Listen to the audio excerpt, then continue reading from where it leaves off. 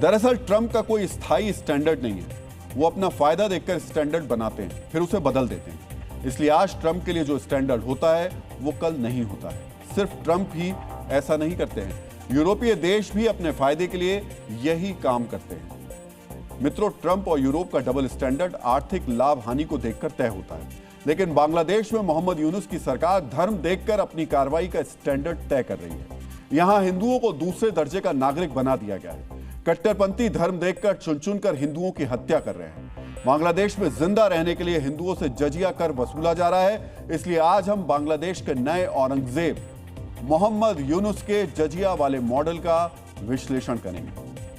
पूर्ण कट्टरपंथी इस्लामिक पहचान को सुनिश्चित करने के लिए बांग्लादेश में हिंदुओं का नरसंहार हो रहा है। मोहम्मद यूनुस के मुल्क में हिंदू होना इतना बड़ा अपराध है कि हिंदू होने भर से सड़क पर लिंचिंग हो सकती है, सिर में गोली मारी जा सकती है, घर में आग लगाई जा सकती है।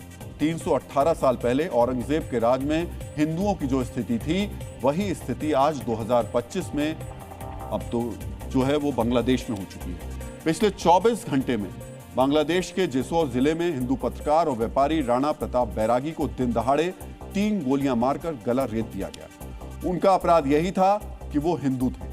नरसिंहदी जिले में किराना व्यापारी मोनी चक्रवर्ती की धारदार हथियारों से हमला करके हत्या कर दी गई। उन्होंने बांग्लादेश में बढ़ती हिंसा पर चिंता जताने का अपराध किया था। उनसे कट्टरपंथियों ने जजिया टैक्स मांगा। सही सुना आपने, जजिया टैक्स, वही टैक्स जो औरंगजेब के राज में हिंदुओं से वसूला जाता था।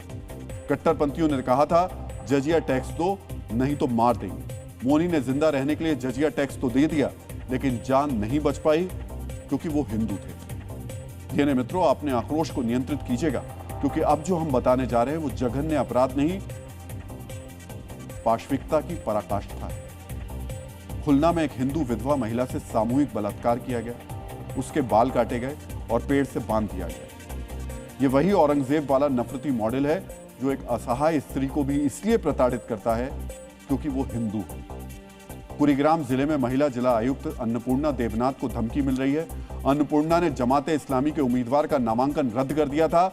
उसके पास गैर कानूनी तरीके से ब्रिटेन और बांग्लादेश की नागरिकता थी।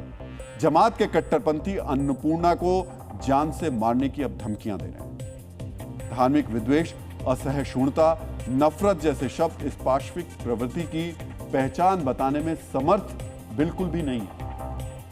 यह हिंदुओं का नरसंहार है। सोचिए, जिंदा रहने के लिए आज के समय में जजिया टैक्स वसूला जा रहा है, पैसा देने पर भी हत्या की जा रही है। समझिए, बांग्लादेश में कट्टरपंथ का मीटर इतना हाई हो गया है कि वहां सिर्फ हिंदू होने पर जान जा सकती है। पिछले 3 हफ्ते में 6 हिंदुओं की बर्बर हत्या कर दी गई। राणा प्रताप बैरागी, मानी चक्रवर्ती, खोकन दास, अमृत मंडल, विजेंद्र विश्वास, दीपू चंद्र दास, ये वो हिंदू हैं जो कट्टरपंथियों की नफरत के शिकार हुए। ये अपराधी नहीं थे, गुंडे बदमाश नहीं थे, ये बांग्लादेश के सम्मानित नागरिक थे, लेकिन मुसलमान नहीं थे। इसलिए नफरत से भरे कट्टरपंथियों ने इनकी जान ली। डीएनए मित्रों, प्रसिद्ध अर्थशास्त्री और विद्वान अमर्त्य सेन ने कहा है कि लोकतंत्र केवल बहुमत के शासन के बारे में नहीं है, अल्पसंख्यक समूहों के अधिकारों और हितों की रक्षा के बारे में भी है। लेकिन बांग्लादेश में लोकतंत्र बचा कहां है? यहां तो सिर्फ कट्टरपंथियों का तंत्र है। यह तंत्र चुन चुनकर लोग यानी हिंदुओं की हत्या कर रहा है, ठीक वैसे ही जैसे औरंगजेब के राज में होता था। इसे थोड़ा विस्तार से समझते हैं। औरंगजेब ने हिंदुओं पर जजिया जैसा दमनकारी कर लगाया। बांग्लादेश के नए औरंगजेब मोहम्मद यूनुस के राज में कट्टरपंथी हिंदुओं से जजिया वसूल रहे हैं। औरंगजेब ने शरिया कानून लागू कर हिंदुओं को दोयम दर्जे का नागरिक बना दिया।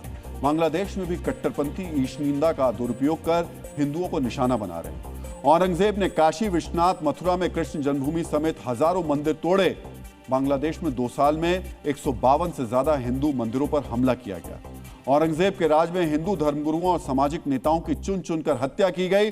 जबरन हिंदू महिलाओं की शादी मुसलमानों से कराई गई। बांग्लादेश में भी हिंदुओं की लक्षित हत्या की जा रही है। हिंदुओं को चुन चुनकर मारा जा रहा है। हिंदू महिलाओं से रेप किए जा रहे हैं। जैसे औरंगजेब के राज में हिंदुओं की सुनवाई नहीं होती थी, ठीक वैसे ही बांग्लादेश में आज के औरंगजेब मोहम्मद यूनुस के राज में हिंदुओं पर हो रहे अत्याचार की सुनवाई नहीं हो रही। इसीलिए कहा जा रहा है कि नोबेल पुरस्कार विजेता मोहम्मद यूनुस आज के औरंगजेब बन गए, और ये बहुत ही शर्मनाक है। डीएनए मित्रों, बांग्लादेश में जमाते इस्लामी के साथ मिलकर औरंगजेब मॉडल की स्थायी बनाने की कोशिश में जुटे मोहम्मद यूनुस को झटका लग सकता है। बांग्लादेश में 12 फरवरी को होने वाले चुनाव से पहले एक ओपिनियन पोल आया है। इसमें तारिक रहमान की बांग्लादेश नेशनलिस्ट पार्टी सबसे आगे दिखाई दे रही है।